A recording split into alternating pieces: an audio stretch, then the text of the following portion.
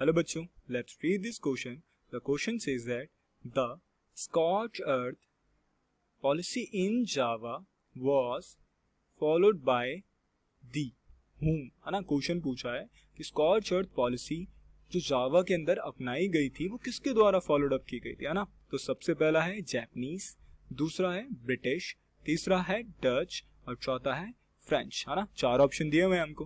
तो इसको जानने से पहले हम सबसे पहले अपनी की कंसेप्ट की बात करते हैं. तो की कंसेप्ट में आज हम देखेंगे स्कॉच अर्थ पॉलिसी के बारे में. देखो स्कॉच अर्थ पॉलिसी क्या होता है, ये क्या है, एक तरह की मिलिट्री स्ट्रेटेजी है ना. तो देखो जरा एक बार, it is a military strategy that aims to destroy anything that might be useful to the enemy, any asset that could be used by enemy which includes weapons, transportations, vehicles, communications, site and industrial resources.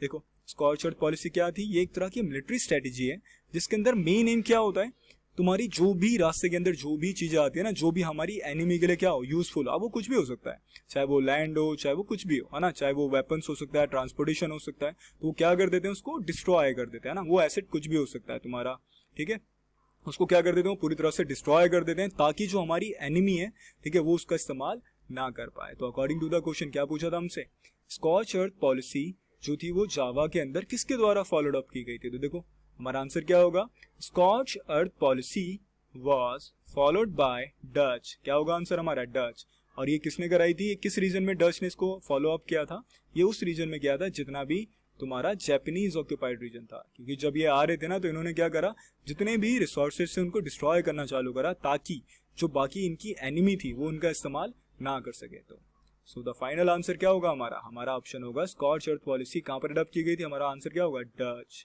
ठीक है, क्या answer होगा, Dutch. I hope you understand it well. Best of luck.